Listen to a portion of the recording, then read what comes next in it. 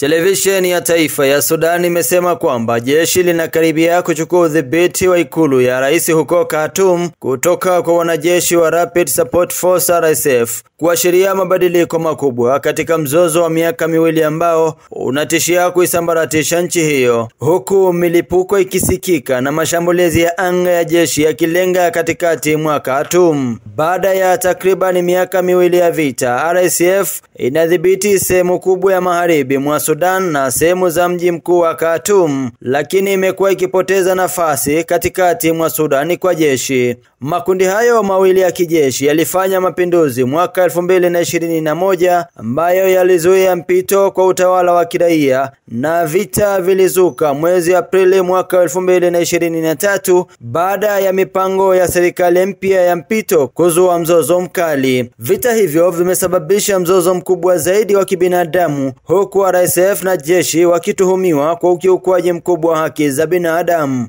Hii ni TMC News Update kimataifa. Mimi ni Ronald Sonyo. Endelea kutufuatilia ili wa kwanza kupata taarifa zetu pindi tunapozipakia hewani.